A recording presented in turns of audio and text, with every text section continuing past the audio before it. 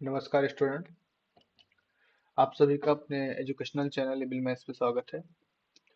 हम लोग previous year के जितने भी एग्जाम्स कॉम्पिटिटिव एग्जाम हुए हैं उसमें जो भी आपके मैथ्स के क्वेश्चन पूछे गए उसके बारे में हम लोग चर्चा कर रहे हैं, जिसमें से आज हमारा फोर्थ फिफ्थ लेक्चर जो भी होगा, हम लोग का target 10,000 near about question solve करने का है। और बेसिकली 10,000 तो काउंटिंग नहीं दे सकते, बट ये जान लो कि जितने भी आपके प्रीवियस ईयर कॉम्पिटिटिव एग्जाम्स हैं हुए हैं उसमें जो भी आपके क्वेश्चंस आए हुए हैं उनको सभी क्वेश्चन को सॉल्व करने का प्रयास रहेगा। और उसके रिस्पेक्ट में जितने भी क्वेश्चंस होंगे, आप लोग जानते हैं बहुत ज्यादा क्वेश्चन का स्टॉक है, तो 10,000 हम बोल रहे हैं, 10,000 में भी 10,000 भी हो सकता है, उससे ज्यादा भी सॉल्व कराया जा सकता है। तो बट हमारा प्रयास यही रहेगा कि ज्यादा से ज्यादा जितने क्वेश्चंस हो सकते हैं। अब ये पर्टिकुलर किसी एग्जाम के लिए नहीं है, और ऐसा क्यों नहीं है, क्योंकि अभी हम जो कंपटीशंस के एग्जाम्स को देख पा रहे हैं, जो बेसिक लोअर लेवल के एग्जाम है, जो अपर लेवल के एग्जाम है, सबके मैथ्स के क्वेश्चन एक जैसे लगभग सिमिलर बना दिए जा रहे हैं। वहां पे उनका सिर्फ उनको चैप्टर से मतलब है, चैप्टर का वेटेज कितना है कितना नहीं है, सभी जगह पे कंपटीशन में मैथ्स के क्वेश्चंस लगभग आपके सिमिलर होते जा रहे हैं। तो हमारी तरफ से सजेशन और हमारी तरफ से सुझाव यही है कि आप लोग प्रीवियस ईयर के सभी मैथ्स को पढ़ डालिए, सभी क्वेश्चंस को पढ़ डालिए, जिससे आपका ही बेनिफिट होने वाला है। और इसीलिए हम इस सीरीज को लेके आए, ताकि आप का कोई भी प्रीवियस ईयर का किसी भी एग्जाम में, चाहे वो एसएससी में पूछा, एसएससी के किसी एग्जाम में, सीएचएसएल, एमटीएस, सीजीएल, और यूपी ट्रिपल एससी के एग्जाम में, पेट में, लेखपाल में, आरओ एआरओ, जहां भी क्वेश्चंस पूछे गए हो मैथ के, यूपीपी, यूपीएसआई, जितने भी क्वेश्चंस हैं जहां भी हैं, सबके सब आप कंडक्ट कर सको, आप सॉल्व कर सको। और हर क्वेश्चन को सॉल्व करने के हम कम से कम एक दो तीन चार पांच जितने हाईएस्ट मेथड हो सकते हैं उतने मेथड आपके पास पहुंचा रहे हैं। ठीक है, चलते हैं फिर अपने आज के पहले क्वेश्चन की तरफ। जो आपके स्क्रीन पे शो भी हो रहा है कि एक आय और व्यय का क्वेश्चन है, परसेंटेज से रिलेटेड क्वेश्चन है। ये राम क्या व्यय और बचत 3:2 के अनुपात में है। उनकी आय में 10% की वृद्धि होती है तो उनका व्यय भी 12% बढ़ जाता है, तो उनकी बचत में कितनी वृद्धि होगी। अब देखो, बहुत कठिन और बहुत हाई फाई सवाल नहीं है, बहुत बहुत टेक्निकल क्वेश्चन नहीं है। सिंपल सी बात है, जैसे हम बचपन में सॉल्व करते थे, अगर आपको याद हो, तो हम लोग वहां पे क्या करते थे कि हम किसी चीज को यक्स मानते थे। क्या मानते थे? यक्स मानते थे, तो आगे सॉल्व करते थे। यहाँ पे हम यक्स नहीं मानेंगे, यहाँ पे हम यक्स नहीं मानेंगे। हमको दिया गया आय और व्यय का अनुपात 3:2 है। 3:2 है, तो अनुपात क्या होता था? अनुपात 3:2 का मतलब 3/2। 3/2 का मतलब यहाँ पे कोई संख्या कुछ भी रहा होगा, यहाँ पे कोई संख्या ऐसी रही होगी जो आपस में रिड्यूस हो चुकी है, जो आपस में क्या हो चुकी है? रिड्यूस हो चुकी है।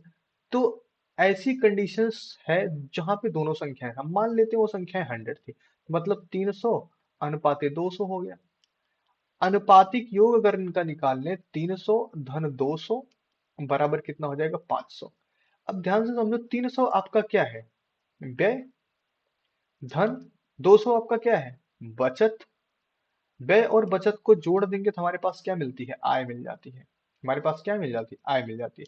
लेकिन हमको सॉल्व इसको किससे करना? अनुपात के आधार पर चल रहे हैं। अब बोला गया उसकी आय में 10% की वृद्धि होती है, तो आय कितना है? 500 है।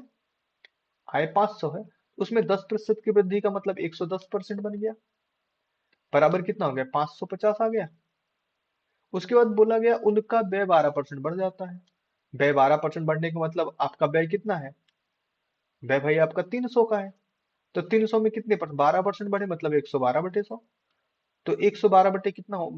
100, 100 तिहाई 300, 112 तिहाई कितना हो जाएगा? 336 हो गया। कितना आ गया? 336। अब हमसे पूछा गया उनकी बचत में कितनी वृद्धि हुई, उनकी बचत में कितनी वृद्धि हुई। अब ध्यान से समझो, पहले पहले उनकी बचत बचत में उनकी पहली बचत कितनी थी? भाई उनकी बचत 200 रुपए थी, पहले की बचत कितनी थी? 200 रुपए। अभी उनकी बचत निकालने क्या करेंगे? 550 उसकी इनकम है, 336 रुपए उसका खर्चा है, बराबर उसके पास कितना बच जाएगा? 214 रुपए उसके पास बच जा रहे हैं। कितने बच जा रहे हैं? 214 रुपए बच गए। 214।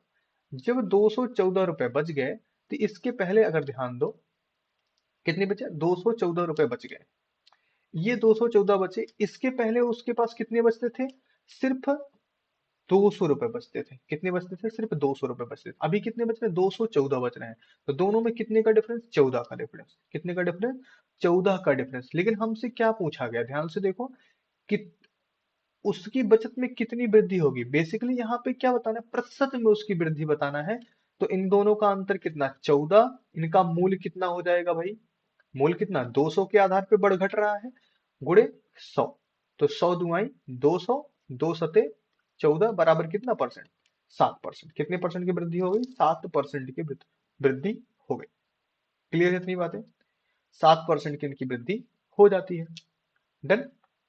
बात करते हैं आगे। ये तो आपका एक मेथड हो गया सॉल्व करने का। अगर हम यहाँ पे और सॉल्व करने का प्रयास करें, दूसरे मेथड की तरफ बढ़ जाए, सेकंड मेथड। सेकंड मेथड हमारा, अब ध्यान से समझो। अभी हमने बताया व्यय प्लस बचत बराबर आय, यही होता है। व्यय कितने का? 3%। बचत कितना? 2 का। आय कितना? 5 हो गया। आय कितना हो गया? 5 हो गया। व्यय में कितने प्रतिशत की वृद्धि? व्यय में 12% की वृद्धि। बचत में नहीं पता। आय में कितने परसेंट की वृद्धि? 10% की वृद्धि। कितने परसेंट की वृद्धि? 10% की वृद्धि। तो मतलब 12 ये 36% ये हो गया। ये हो गया 2x, ये बराबर हो गया 50%। तो 2x बराबर कितना हो जाएगा? 50% माइनस 36% बराबर कितना हो गया? 14%। तो यक्स बराबर कितना हो गया? 14% बटे 2 बराबर कितना? 7%। कितना आ गया? 7%। यहां पर भी आपका कितना जवाब आया? 7% ही आपको जवाब मिला। कितना परसेंट आपको जवाब मिला? 7% जवाब मिला। ये तो आपका दूसरा तरीका हो गया सॉल्व करने का। और भी तरीके हैं सॉल्व करने के। चलो तीसरा मेथड हम आपको सॉल्व करके बताते हैं। तीसरा कैसे अप्लाई करेंगे? Third method. देखो, थर्ड मेथड हम अप्लाई करते हैं। तीसरे मेथड की कंडीशन क्या है? थर्ड मेथड सिंपल सा है। देखो, हमारे पास क्वेश्चन क्या था? क्वेश्चन देख लो पहले। 10% की वृद्धि हो रही है। कितने की वृद्धि हो रही है? 10% की वृद्धि हो रही है। ठीक है। किसमें? आय में। किसमें वृद्धि हो रही है? आय में 10% की वृद्धि हो रही है। तो सिंपल सी आय को यहाँ पे बीच में लिख लो। आय को क्या करो? यहाँ पे बीच में लिख लो। ये 10% आपकी वृद्धि है। ठीक है। अब ध्यान से समझना, 10% आपकी आय की वृद्धि, राम का व्यय और बचत 3:2 के अनुपात में है। उनका अनुपात में उनकी आय में 10% की वृद्धि हुई, उनकी व्यय में 12% की वृद्धि हुई। आय में कितने परसेंट की? 10% की। और व्यय में कितने? 12% की वृद्धि। मान लो बचत में x% की वृद्धि हुई। मान लो बचत में क्या हुआ? x% की वृद्धि हुई। सिंपल सी बात है। अब ध्यान से समझो इस चीज को। चाहे 10 को बीच में लिखो या थोड़ा सा और समझते हैं। आय में कितने की वृद्धि? नहीं पता। हमारे पास दो कंडीशन है, व्यय प्लस बचत बराबर आय, यही है ना? तो व्यय में कितने की वृद्धि हुई? 12%। बचत में कितने? यक्स की, है ना? कुल में कितनी की वृद्धि हुई? 10 की। ये व्यय का हुआ, ये बचत का हुआ, ये कुल का हुआ। क्या करना है? दोनों का डिफरेंस ले लो क्रॉस। 12 और 10 का डिफरेंस 2। इनका कितना हो गया? 10 माइनस यक्स। ठीक है। अब कुछ नहीं करना है। इनको इनके अपान और इनको, देखो यहाँ पे क्या हुआ? अब ध्यान से समझना। 10 माइनस एक्स इनका क्या हुआ? ये बचत व्यय हो गया, ये बचत हो गया। ये क्या होगा? व्यय हुआ और बचत हुआ। तो मतलब क्या हुआ? 10 minus x upon 2 is equal to कितना आएगा? 3/2। 3/2। ठीक है। अब इसको सॉल्व कर डालो भाई। कितना आएगा? एक्स बराबर कितना आ जाएगा आपका? 7% हो जाएगा। सिंपल। ये भी 7% की तरफ आपका बन गया। अब ऐसा कैसा हो गया?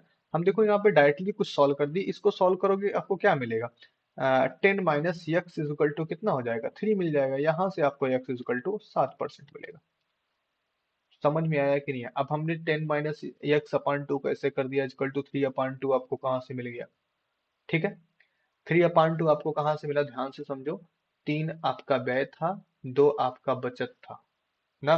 तो मतलब 3/2 था, तो मतलब 3/2 आपका किसके बराबर था, ये जो नया वाला रिजल्ट मिला है इसके अनुपात के बराबर था, इसके अनुपात के बराबर था। तो then 10x-2, 10x minus 10 - x/2 is equal to 3/2। Clear हुआ, समझ में आया क्वेश्चन? डन, आगे बढ़ा जाए। चलो अगले क्वेश्चन की तरफ बढ़ते हैं। अगला क्वेश्चन हमारा क्या है, एसएससी सीजीएल 2008 का क्वेश्चन है और सेम क्वेश्चन है। रमन के व्यय तथा बचत में 5:3 का अनुपात है। व्यय और बचत में कितने का अनुपात है, 5:3 का अनुपात है। यदि उसकी आय में 12% तथा व्यय में 15% की वृद्धि होती है। सिंपल सा देखो, अब इसमें हमने 3 रूल आपको बता दिए, 3 रूल आपको बता दिए। अब एक तो तरीका आपका सिंपल सा क्या है, 5:3 है। आय में कितनी, उसकी आय 12% तथा व्यय में 15% की वृद्धि होती है। तो व्यय में कितने परसेंट की वृद्धि, व्यय में 15% की वृद्धि, बचत का पता नहीं, आय में 12%, आय में 12%। तो 12 और 15 का अंतर 3 हो गया और 12 माइनस यक्स हो गया। अगर पिछले वाले मेथड से हम इसको सॉल्व कर दें यहाँ पे, तो क्या हो जाएगा, 12 - x/3 बराबर हो गया 5/3। तो 12 - x बराबर कितना हुआ, 5 हो गया। तो यक्स बराबर कितना हो गया, 7% हो गया। यक्स बराबर कितना हो गया, 7%। बस सिंपल सा क्वेश्चन है, एक स्टेप मतलब देखो और क्वेश्चन सॉल्व करो। ऐसे सीजीएल 2008 का पूछा हुआ क्वेश्चन है ना, एसएससी का पूछा पूछा गया क्वेश्चन है। ठीक है, और भी तरीके से अगर आप सॉल्व करना चाहते हैं, सेकंड मेथड हम बता देते हैं। सेकंड मेथड वही आपका, व्यय प्लस बचत बराबर क्या होता है, आय हो जाएगी। व्यय प्लस बचत, व्यय कितना है यहाँ पे, व्यय के बारे में कितना दिया गया आपको, कितना, 5, बचत कितना, 3, आय कितना हो जाएगा, 8 यूनिट हो जाएगा। ठीक है, व्यय में, व्यय में कितने का परिवर्तन हुआ है, 15% का। तो व्यय 15%। बचत के बारे में, बचत नहीं पता, 3x हो गया। आय में कितने का परिवर्तन, शायद 12%। यही तो है क्वेश्चन, 12% और 15%। ठीक, तो क्या 15 × 5 = 75% हो गया, प्लस 3x बराबर 12 × 8 = 96%। तो 3x बराबर कितना, 96% माइनस 75%। तो यक्स बराबर कितना हो जाएगा भाई, 21%/3 बराबर कितना परसेंट, 7%। समझ में आ रही बातें? बहुत टफ क्वेश्चंस नहीं पूछे जाते हैं, बहुत इजी, बहुत आसान क्वेश्चन पूछे जाते हैं। बस हमारी समझ का फेर होता है, हमारे हमारे पास कंफ्यूजन्स होती है, हम अपने कॉन्सेप्ट को क्लियर नहीं रख पाते, इस वजह से प्रॉब्लम्स क्रिएट होती है। डन, मैं दो दो तरीके से क्वेश्चन सॉल्व किए हमारे हिसाब से, और इससे ज्यादा आपको ज्यादा परेशान होने की जरूरत ही नहीं है। अगले क्वेश्चन पे बढ़ते हैं। अगला क्वेश्चन हमारा क्या है, सेम क्वेश्चन है। रतन का व्यय और बचत 5:1 है। कितना है, 5:1। यहाँ पे लिख लिया हमने 5:1। ठीक है, उसका वेतन 25% बढ़ा दिया गया, मतलब क्या, उसकी आय 25% बढ़ा दी गई। बचत 15% और बचत 15% बढ़ा दिया जाए, और बचत 15% बढ़ा, बचत में कितना परिवर्तन कर दिया उसने, 15% का परिवर्तन किया। मतलब सिंपल सा लॉजिक है, अभी हमने आपको यहाँ पे पीछे बताया था व्यय और बचत। व्यय में हमारे पास कितना कंडीशन है, व्यय में कुछ परिवर्तन हुआ नहीं, पर व्यय को हमने क्या मान लिया, यक्स मान लिया। बचत में कितने का परिवर्तन, 15% का परिवर्तन। कुल परिवर्तन कितना, 25% का परिवर्तन। दोनों का अंतर कितना, 15 25 का 10, यहाँ पे क्या हुआ, 25 माइनस यक्स हो गया। ठीक है, अनुपात कितना है, 5:1 है। यहां से सॉल्व करते हैं, क्या मिलेगा, 10/25 माइनस यक्स बराबर 5/1। ठीक है, क्या मिल जाएगा आपको, 125 माइनस 5x बराबर 10। तो -5x बराबर 115 माइनस में, x बराबर कितना हो जाएगा, 115/5। तो 5 इधर लिख देते हैं, 5 दूंगा 10, 5 3 15, कितना परसेंट हो गया, 23%। कितना आपका आ रहा है? 23% या 27%? कितना बनेगा? यहाँ पे कुछ दिक्कत है क्या? नहीं नहीं, सही तो है। माइनस 25 × 5 = 125, माइनस 5x, इधर ए जाएगा कितना? -115, तो माइनस इधर माइनस इधर। हाँ, कुछ गड़बड़ है। गड़बड़ क्या है? अब देखो हम बताते हैं आपको। 150 माइनस, अब देखो ये कितना बनेगा। आपका बन गया यहाँ पे 25 × 5 = 125, ये टोटल 25% था। 25 और 15 का अंतर कितना हो गया? 5 में से 5 गया 0, 2 में से 1, हाँ, 1 में से 2 गया, कितना हो जाएगा? दोनों का डिफरेंस चाहिए ना हमको यहाँ पे, तो दोनों का डिफरेंस कितना? ये -10 जाएगा ना। अगर ये -10 जाता है, कितना जाएगा? -10 जाएगा, तो ये कितना हो गया? -10 हो गया, क्योंकि भाई 15 - 25 इतना। -10 जाएगा तो यहाँ पे क्या कंडीशन है? माइनस, ये कितना हो जाएगा? 100 कितना? 125 और 135 हो जाएगा। कितना हो जाएगा? 135। देखो यहाँ पे हम इरेज करते हैं थोड़ा सा, ये वाला कॉन्सेप्ट, यहाँ से हम लोगों ने माइनस छोड़ दिया था, ठीक। डिफरेंस लिया, कितना हुआ? -5x बराबर कितना? -135। यक्स बराबर कितना हो गया? 135/5। कितना हो गया? 5 दूनी 10 और 5 सत्ते 35। कितना परसेंट? 27% रिजल्ट आ गया। कितना परसेंट आ गया? 27%। इनका आंसर कितना हुआ? 27%। बातें समझ में आई?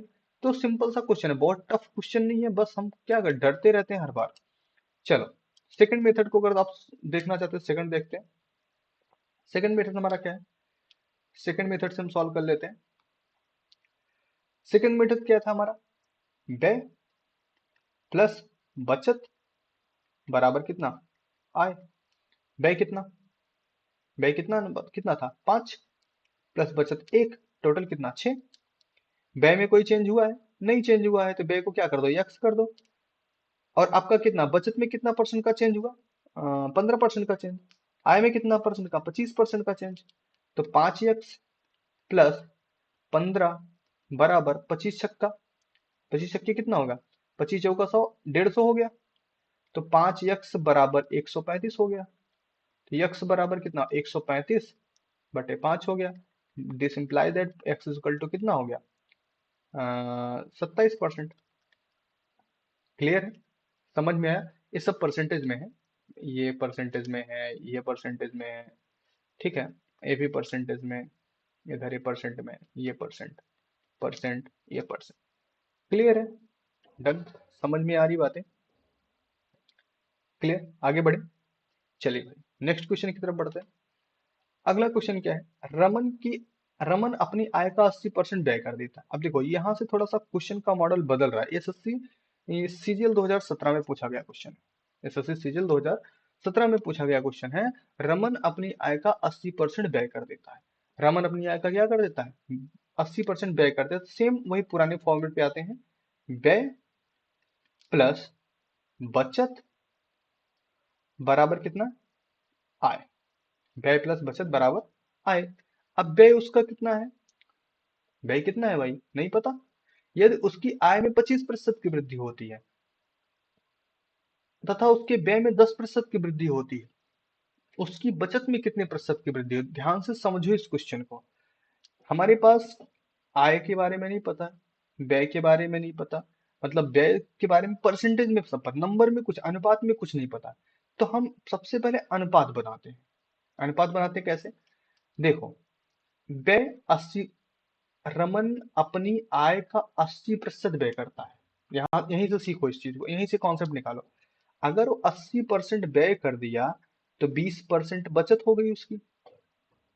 20% बचत हो गई, मतलब कितना हो गया? 8:2 हुआ। 8:2 को सिंपलीफाई, 4:, क्या हो गया? 1 हो गया।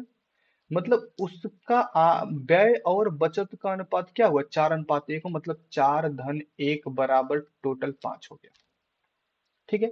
यदि उसकी आय 25% बढ़ जाए, मतलब उसकी आय में 25% की वृद्धि हुई, तो मतलब 25% इधर मल्टीप्लाई कर दिया। उसके व्यय में 10% की वृद्धि हुई, व्यय में 10% की वृद्धि हुई, तो 10% यहाँ मल्टीप्लाई कर दिया, प्लस 1 × यक्स कर दिया, है ना। कितना हो गया? 40% प्लस यक्स बराबर 125%। 40% प्लस यक्स बराबर 125%, यही होगा। क्लियर है? अब ध्यान से समझो, 125 और इधर कितना हुआ 40%। ये 40% हुआ, यक्स हो गया, ये 125% हो गया। इसको सॉल्व कर डालो भाई। अब यहाँ से हमको क्या मिल जाएगा? ये तो आपका नई नया आय मिल गया ना। यक्स इज इक्वल टू क्या हो जाएगा? 125 माइनस 40%। यक्स बराबर क्या? 125 माइनस 40% बनेगा कि नहीं बनेगा? डन। 125 माइनस 40%। अब क्या हो जाएगा? यहाँ पे फिर से लिख दे रहे हैं x x is equal to 125% minus 40%। तो कितना परसेंट बचेगा आपके पास? 85%। 85%। यक्स आपका क्या? एक्स बराबर कितना हो गया? 85% हो गया। एक्स बराबर क्या हो गया? 85% हो गया। कौन सा ऑप्शन आपका है 85%? कोई ऑप्शन है 85% का? तो उसकी बचत में कितने प्रतिशत की वृद्धि? अच्छा, बचत में कितने प्रतिशत की वृद्धि पहुंच रहा है? तो अब बचत में कितने प्रतिशत की वृद्धि हुई, ध्यान से समझो। हमने किसको यक्स मान रखा भाई? यहाँ पे बचत को यक्स मान रखा है। 85%, 85% हो गया। मतलब ध्यान से समझो, यहाँ पे उसके पास कितने की बचत हुई? सिंपल सी बात है, ये 85 है। इसमें ऑप्शन है आपका डी वाला, है ना। 85% की बचत हुई। डन। समझ में आया? अब देखो, आपको एक मेथड से हमने इसको सॉल्व किया, बाकी तो दो मेथड तीन मेथड से आपको सॉल्व करके हम बता रहे हैं, बट यहाँ पे हमने एक मेथड से ही सॉल्व किया। क्लियर है? डन। चलिए अगले क्वेश्चन पे। चलो अगले क्वेश्चन की तरफ बढ़ जाओ। अगला क्वेश्चन हमारा क्या है? एक व्यक्ति अपनी आय का एक व्यक्ति है, अपनी आय का क्या करता है? 76% व्यय कर देता है। कितना परसेंट व्यय कर देता है? 76% व्यय करता है। 76% व्यय करने का मतलब क्या हुआ? देखो, 76% व्यय किया तो 76 अनुपाते कितना बचता है उसके पास? 24। 76 अनुपाते 24 मतलब क्या बन गया? 19 और 24 का 6 हो जाएगा। 19 अनुपाते 6 उसका क्या है? व्यय और बचत का अनुपात है। बराबर क्या हुआ? आय हो गया। बराबर क्या हुआ? आय हुआ। तो व्यय 19 हो गया, बचत 6 हो गया, बराबर 25 हो गया। अब आगे बढ़ते हैं क्वेश्चन में। उसकी आय में 20% की वृद्धि हुई, मतलब आय में 20% की वृद्धि को बढ़ा दिया। अपने व्यय में 15% की वृद्धि कर देता है। अपने व्यय में क्या करता है? 15% की वृद्धि कर देता है। 15% की वृद्धि कर देता है। तो उसकी बचत में कितने प्रतिशत की वृद्धि होगी? तो 6 गुणे यक्स कर दिया मैंने। कोई दिक्कत? 6 गुणे क्या कर दिया? यक्स कर दिया। मल्टीप्लाई कर दो भाई, कितना आ जाएगा आपका? आपका 19 गुणे 15 आपका कितना हो जाएगा? 15 नवैया 135 और 15 एकम 15। 15 13 कितना हो जाएगा आपका? यहाँ पे बन गया 285। 285% बन गया।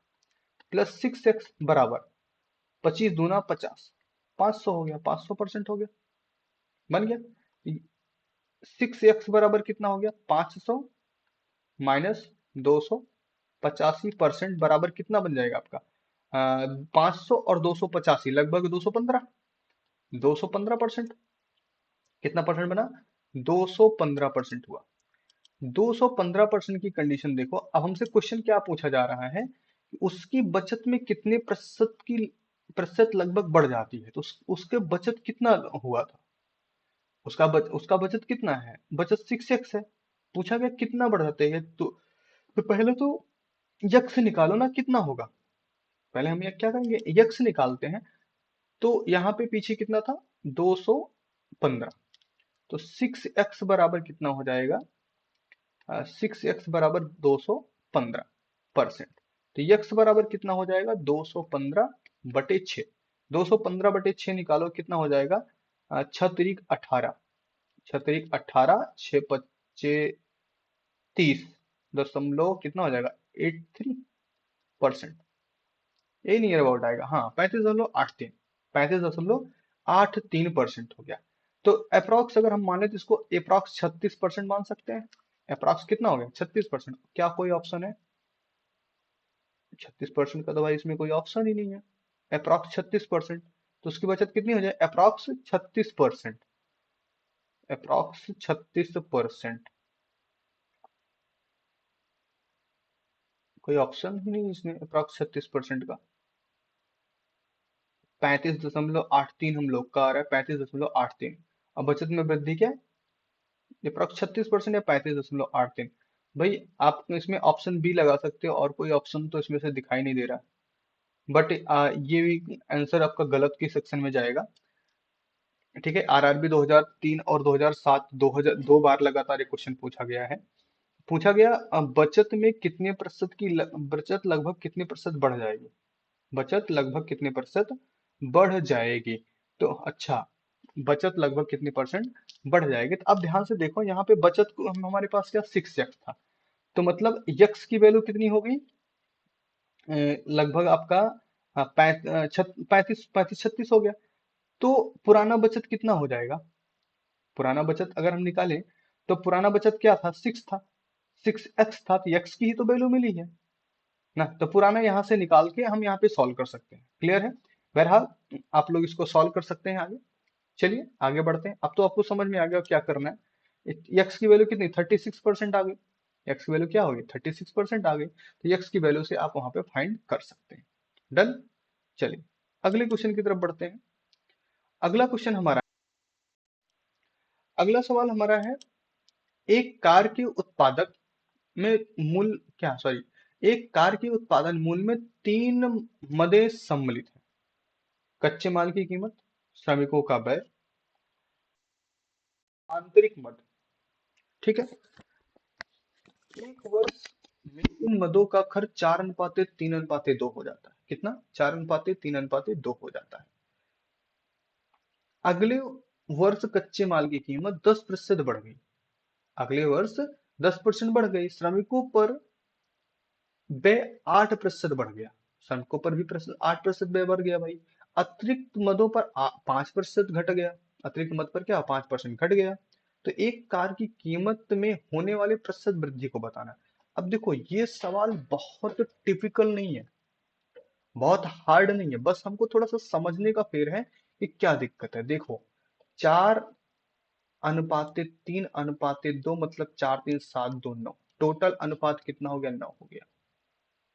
अब नए खर्च में देखो क्या क्या बदला है, कीमत में 10%, श्रमिक में 8% और खर्च में 5% की घटोतरी हुई है, मतलब माइनस हो गया ये। तो मतलब क्या हुआ, 4 × 10 हो गया, धन 3 × 8 हो गया, धन 2 × -5 हो गया।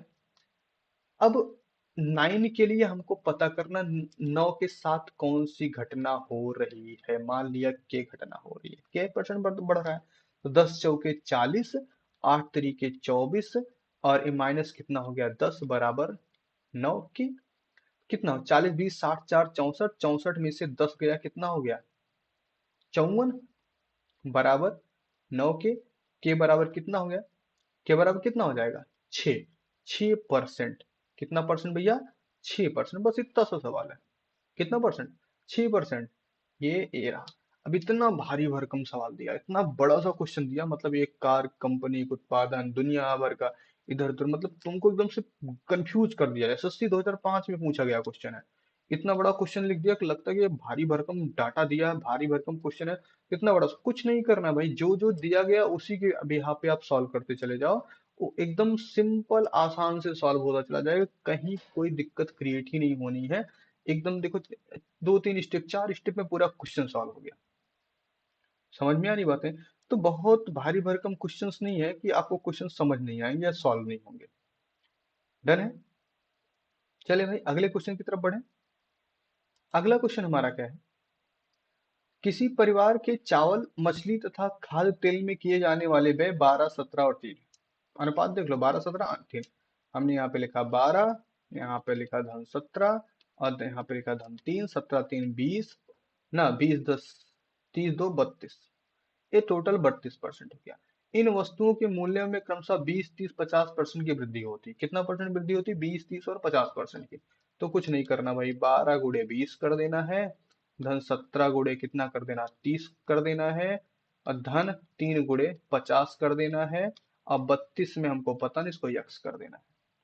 तो 12 दूनी 24 240 हो गया, 17 त्रिक का क्या हो गया 51, 17 त्रिक 51 510 हो जाएगा, 5 × 15 150 हो गया, बराबर 32 यक्स हो गया।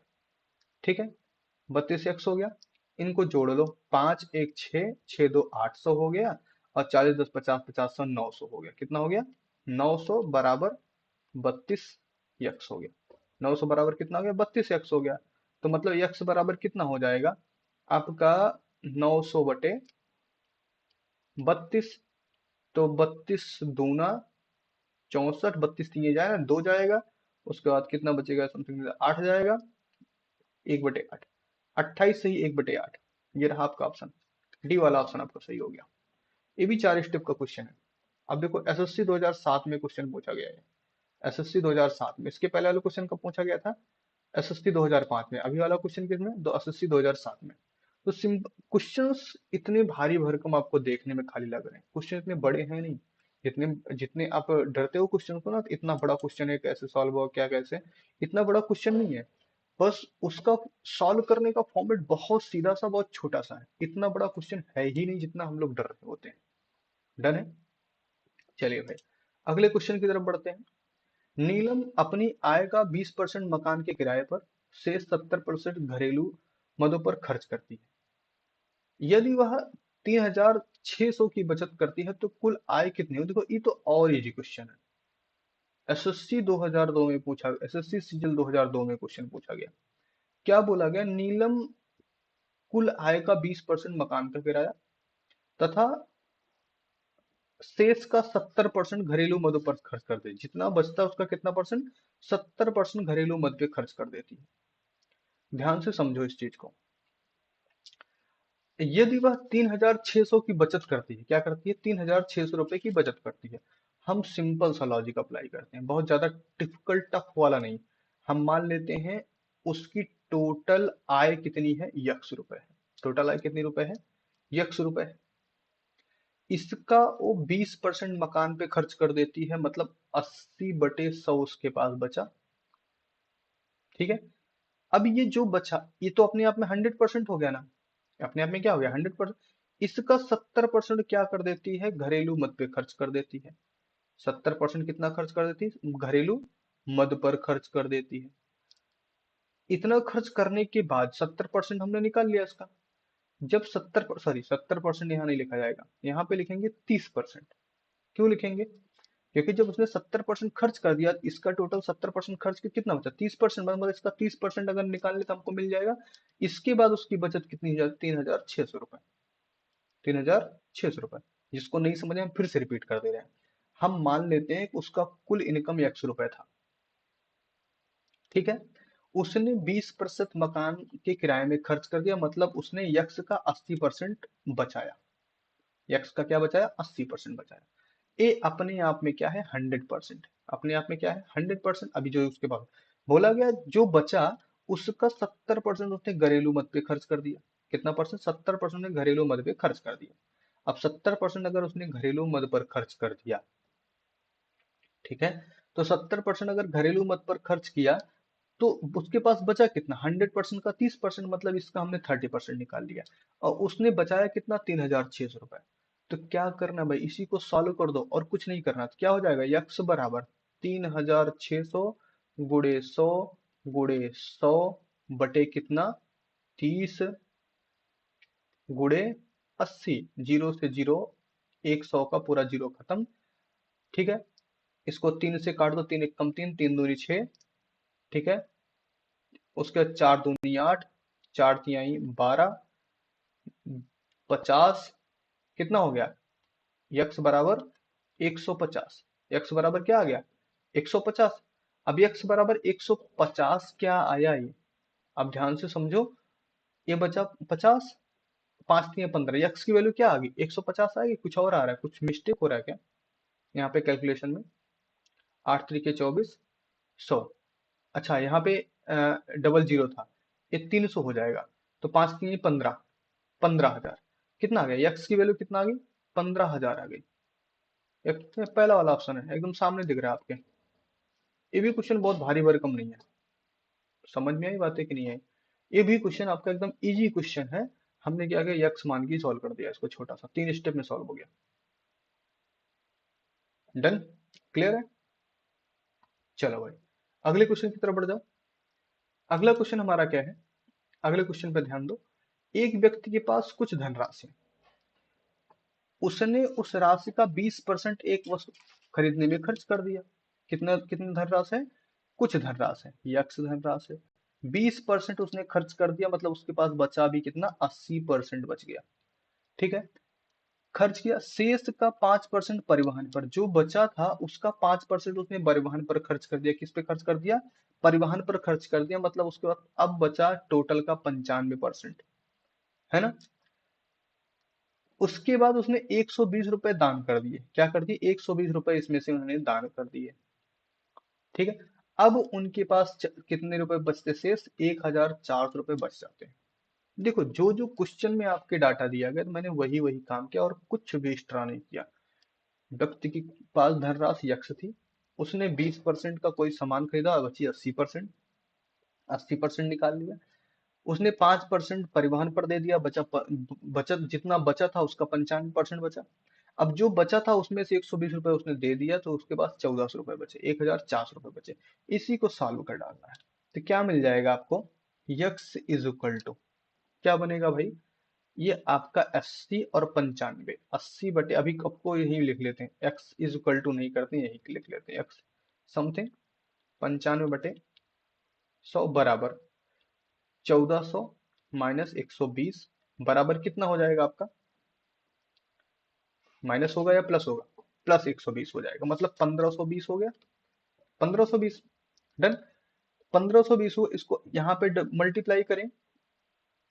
एक्स इज इक्वल टू आपका क्या बन जाएगा? एक्स का इज इक्वल टू आपको क्या मिल जाएगा यहाँ पर? 1520। 1520 गुड़े 100 गुड़े 100 बटे कितना? 80 गुड़े 95 बटे 100 गुड़े 100 गुड़े 100 बटे 80, 80 बटे 95 हो गया। ठीक है, आगे सॉल्व करेंगे तो आपको क्या मिल जाएगा? इसको सॉल्व करेंगे, हम फिर से लिख देते हैं यहाँ पे। यक्स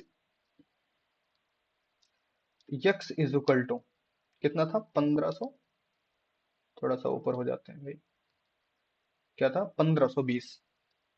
1520 गुड़े 100 गुड़े 100 बटे कितना? 80 95, 80 गुड़े 95, एक जीरो इसका कट गया। ठीक, इसको सॉल्व करेंगे। यक्स इज इक्वल टू क्या बन जाएगा? 1520, 100, 8 से कट जाएगा ये, मतलब आ गया ये 2000। यक्स बराबर कितना आ गया? 2000। अब हमसे सवाल क्या पूछा गया?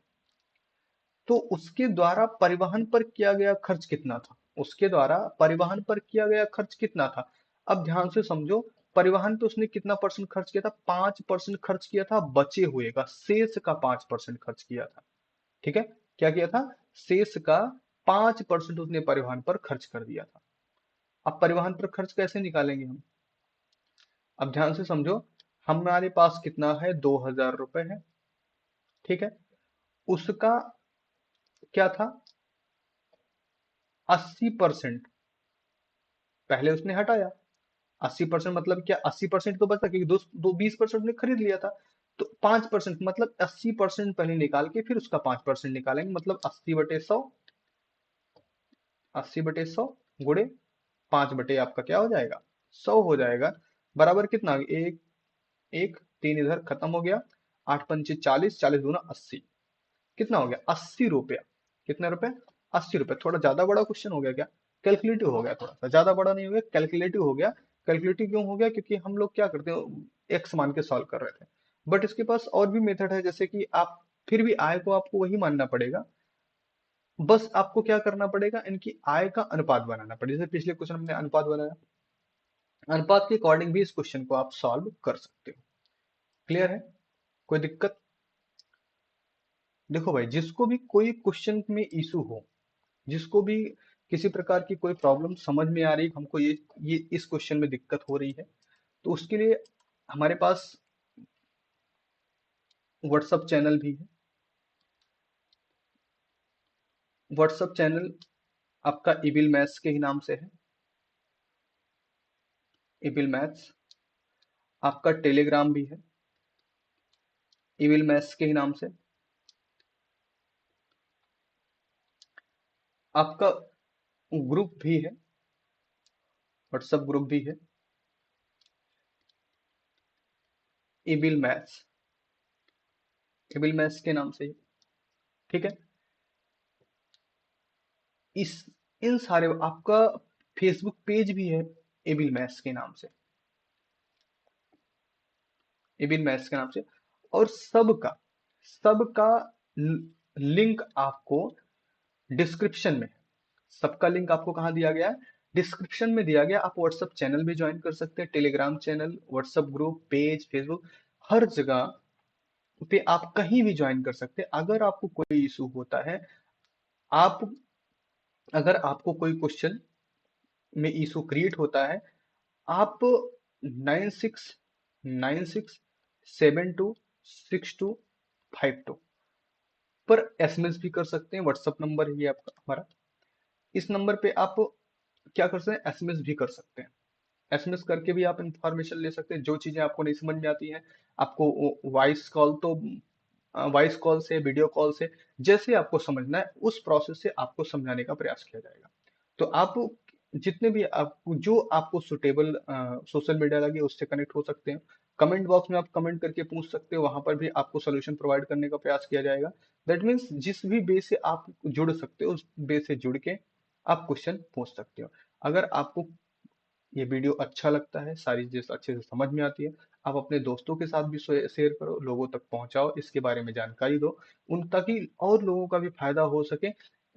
जो तैयारी कर रहे हैं और लगातार अपने सिंपल से पैटर्न पे भागते चले जा रहे हैं, प्रीवियस ईयर के क्वेश्चन जिनको सॉल्व करने हैं, अपने यार दोस्त के पास शेयर करिए। ठीक है, आज का लेक्चर यहीं तक बाइंड करते हैं। ओके, धन्यवाद, जय हिंद।